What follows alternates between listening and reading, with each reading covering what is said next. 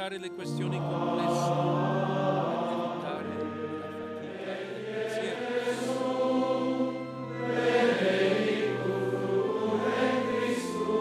Terza dimensione che sinteticamente richiamo è quella del bene comune.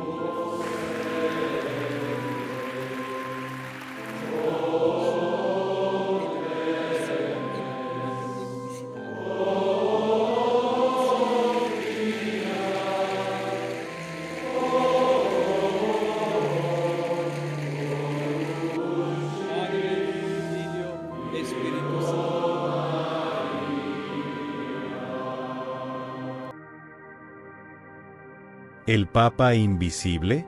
La expresión suena provocadora, pero nace de un dato llamativo. Los primeros 6 meses de León XIV han sido de bajo ruido y alto método. La noche de su elección, el 8 de mayo, no improvisó. Salió al balcón con un texto pensado y sereno, y desde entonces ha administrado tiempos, símbolos y palabras con cautela de cirujano. Varias voces en Roma describen este arranque como un giro hacia la sobriedad, menos gestos disruptivos, más artesanía de gobierno, sin prisa y sin pausa, buscando aplacar aguas agitadas y coser heridas internas. ¿Invisible? Tal vez discreto. ¿Inactivo? Para nada. Su juego avanza, a su ritmo. Hoy vamos a recorrer ese silencio que trabaja, los primeros gestos y decisiones, la continuidad y las diferencias con su predecesor, el sentido de su primer viaje internacional y la lógica de gobierno que está perfilando. Al final, te propondré una breve oración y una pregunta para que conversemos en los comentarios. Los primeros gestos, tradición, casa y un nombramiento clave. Si el arranque fue discreto, los primeros gestos dijeron mucho. En ceremonias solemnes volvió la museta roja como señal de continuidad histórica, mientras el ritmo cotidiano se recentró en los apartamentos del Palacio Apostólico, una elección que prioriza la coordinación del gobierno, la capilla privada a mano y la visibilidad dominical desde la ventana del Ángelus. No fue un retroceso, sino un reequilibrio simbólico que varios analistas leyeron como intento de bajar el volumen interno y recomponer confianzas tras meses agitados. El calendario puso otro acento: recuperar Castel Gandolfo como respiro de verano y lugar de encuentro con peregrinos. Allí, en la Plaza de la Libertad, León XIV presidió el Ángelus y bendijo a familias y voluntarios, reabriendo una tradición que acerca el ministerio pontificio al aire sencillo de las colinas romanas. La escena, más que nostálgica, comunicó normalidad y cercanía. El Papa reza, descansa y trabaja entre la gente. Bajo techo, el tablero curial se movió lo justo y necesario. Hubo un cambio mayor, casi obligado por la vacante que él mismo dejó al ser elegido: el nombramiento del carmelita italiano Filippo Iannone como prefecto del dicasterio para los obispos. La elección confirmó el método: un perfil de jurista y pastor sobrio, con experiencia en textos legislativos y gobierno, llamado a sostener una de las oficinas más sensibles de la curia. El resto quedó marcado por la continuidad: cada dicasterio a su tarea, la Secretaría de Estado a coordinar, y decisiones afinadas con menos ruido y mejor letra. El conjunto dibuja un mismo trazo: símbolos clásicos reencendidos sin estridencia, una casa operativa que facilita el día a día y un único movimiento de personal para asegurar el pulso de la Iglesia Universal. De ahí que, más que invisible, muchos lo definan como metódico y prudente, un estilo que prefiere construir clima antes que titulares. Con ese telón de fondo, pasemos ahora a ver cómo ese tono se expresa en su primer gran texto y en la agenda social que ha puesto sobre la mesa. Continuidad y novedades, la primera exhortación y el tono social. Desde esos gestos de casa y de ritmo cotidiano, pasamos al primer texto que puso en claro su brújula. El 9 de octubre vio la luz Dilexi Te, una exhortación que no nació de cero, sino que tomó un hilo previo y lo afinó con el propio pulso de León XIV. Allí se condensa una convicción antigua y siempre nueva: la fe no puede separarse del amor por los pobres. De ese centro brotan los otros acentos que recorren el documento: la denuncia de desigualdades que matan por goteo, la atención concreta a las mujeres heridas por la violencia, la urgencia educativa en familias y escuelas, y la crítica a una economía que descarta a los frágiles como si fueran piezas sobrantes. No es un manifiesto político, es una catequesis de realismo evangélico. Lo novedoso está menos en los temas, que beben de la tradición social de la Iglesia, y más en el modo de decirlos. El texto evita el eslogan y prefiere la persuasión espiritual. Propone caminos, sugiere verbos sencillos y exigentes, como escuchar, acompañar, reparar, empezar por los últimos. La retórica baja un tono para ganar hondura. En vez de polarizar, busca sumar. Por eso, a la hora de hablar de economía, el documento baja al terreno. Trabajo digno, crédito pequeño para familias endeudadas, empresas que midan su éxito también por el bien que generan. Al tratar la violencia contra las mujeres, no se queda en la condena moral, sino que llama a protocolos reales en parroquias, escuelas y obras sociales. Cuando habla de educación, pide maestros que formen cabeza y corazón, y comunidades que cuiden los patios donde se aprende a convivir. Esa misma lógica se percibe en la arquitectura del texto. Cada capítulo enlaza Biblia, tradición y heridas actuales sin alzar la voz. La continuidad aparece con claridad en las referencias a la doctrina social, desde los grandes documentos del siglo XX hasta los énfasis recientes sobre cuidado de la casa común y fraternidad, pero la novedad está en la costura, sobriedad litúrgica, gobierno metódico y palabra social nítida que evita improvisaciones. Es una forma de enseñar que confía en el tiempo. Primero se ofrecen criterios, luego se piden procesos y, al final, se evalúan frutos. Para la vida diaria de la Iglesia, Dilexi te deja tareas muy concretas. Pide casas de escucha en cada diócesis para personas que llegan rotas por la violencia o la soledad. Alienta economías de proximidad que unan parroquias, cooperativas y universidades. Sugiere pactos educativos locales donde familia, escuela y comunidad se miren a los ojos. Invita a revisar la comunicación eclesial para que la palabra no hiera y la verdad no se diluya. También anima a que cada parroquia tenga un equipo estable de visita a enfermos y ancianos, no como un servicio opcional, sino como un eje pastoral que devuelve dignidad a quienes más la necesitan. Quienes siguen el pulso romano lo resumen con una frase: continuidad en el fondo, diferencia en la forma. El retorno de ciertas señales tradicionales, en la vestimenta, en la residencia, en el uso de espacios, no significa un giro doctrinal, sino un reequilibrio simbólico que acompaña el método de gobierno. La intención es reconocible: bajar el ruido, ordenar la casa, dar a cada dicasterio su tarea y dejar que los textos, más que las entrevistas, marquen el paso. Con esa brújula ya trazada en papel, el siguiente movimiento era natural: llevarla al territorio, en viajes y encuentros donde la palabra se hace gesto y la catequesis se vuelve camino compartido. Mirada al exterior: Turquía y Líbano, Nicea y el arte de tender puentes. Con esa brújula social ya trazada en papel, el siguiente paso fue salir al encuentro. El primer viaje internacional de León XIV está confirmado, del 27 de noviembre al 2 de diciembre, con etapas en Turquía y Líbano.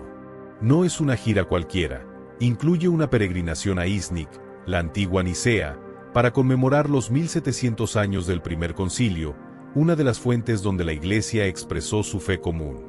El anuncio oficial subrayó que el Papa aceptó la invitación de las autoridades civiles y eclesiales de ambos países, marcando desde el inicio un tono de diálogo.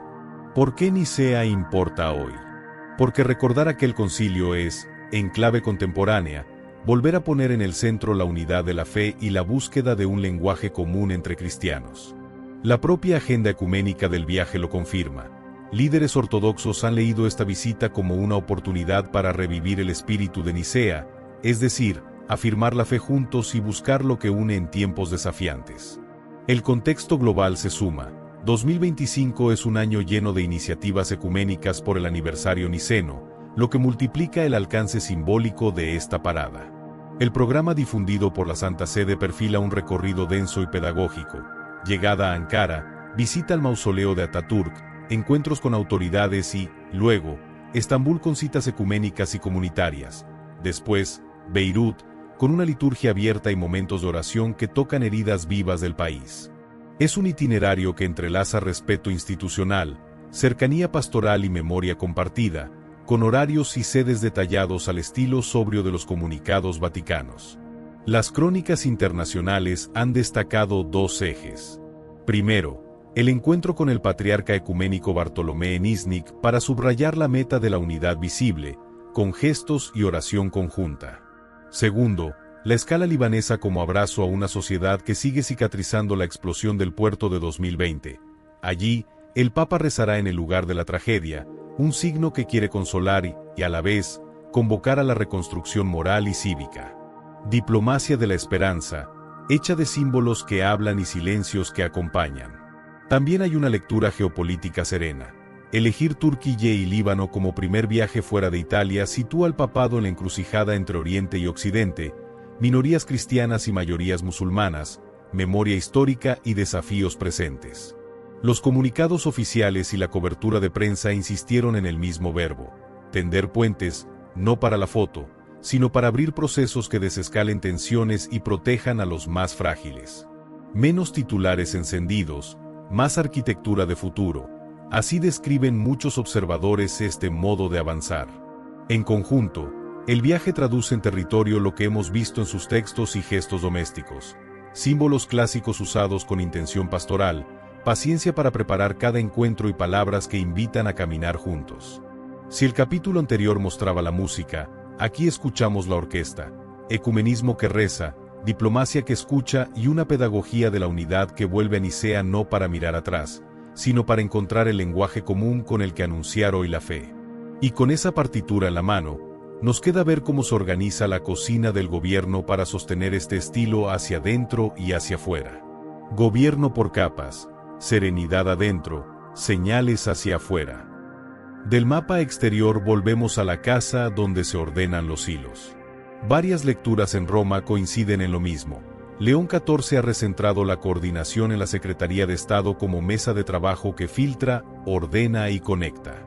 Allí, los temas viajan por carriles claros: diplomacia, asuntos generales, comunicaciones, y regresan al escritorio del Papa con alternativas concretas, costos y tiempos. El resultado se nota en el tono: menos altibajos, menos sobresaltos, más previsibilidad. Ese clima permite que lo que se anuncia afuera, viajes, llamados a la unidad, gestos ecuménicos, esté sostenido por decisiones serenas adentro.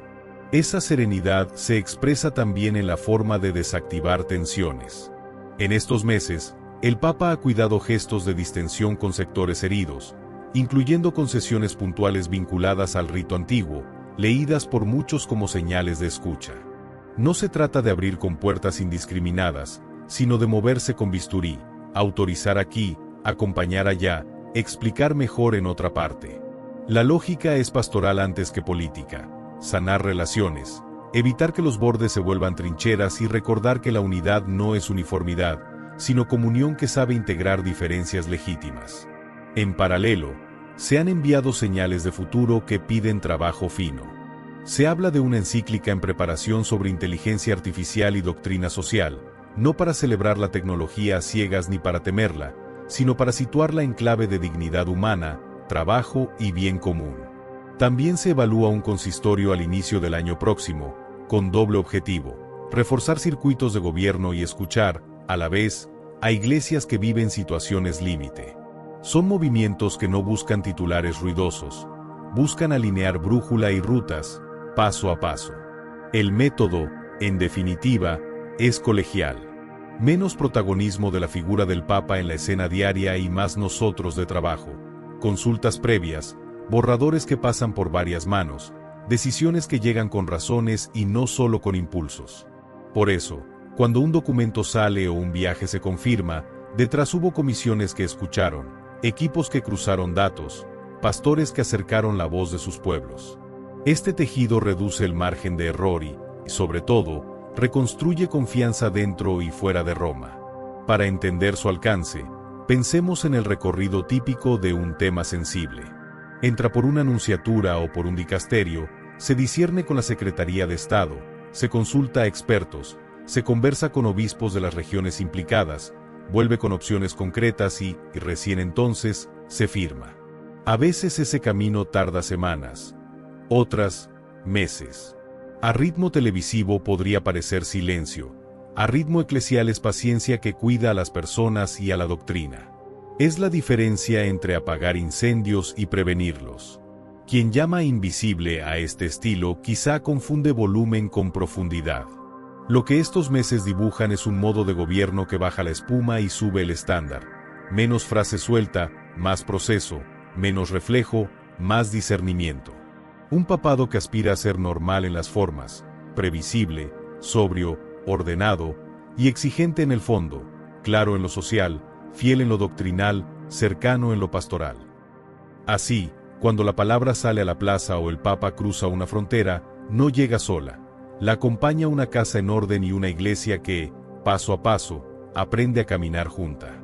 Con esa imagen, serenidad adentro, señales hacia afuera, estamos listos para cerrar el recorrido.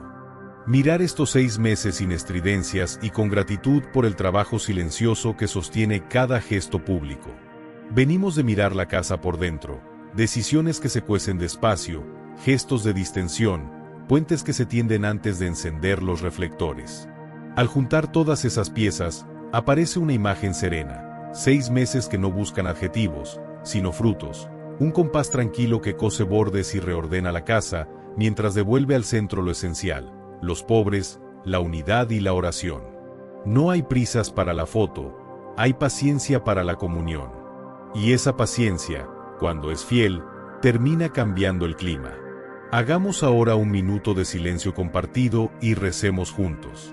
Señor, danos un corazón manso para escuchar, sabiduría para discernir y valentía para construir unidad. Mira a tu iglesia y sana lo que duele. Fortalece a quienes trabajan en la sombra y sostén al Papa León XIV y a quienes lo acompañan. Que cada palabra suya encienda esperanza y cada silencio suyo cure divisiones. Enséñanos a elegir siempre a las personas por encima del ruido y a poner a los pequeños en el centro, como tú. Amén. Y ahora te leo a ti. ¿Qué te dice este arranque? ¿Agradeces la sobriedad? ¿Te inquieta la paciencia? ¿Te ilusiona el viaje a Nicea? Déjalo en los comentarios. Si este video te ayudó a mirar estos meses con calma y profundidad, compártelo con alguien que ame a la iglesia y quiera comprender sus ritmos por dentro. Gracias por estar, por rezar y por construir unidad con cada gesto sencillo de cada día. Nos encontramos en el próximo episodio. Que Dios los bendiga.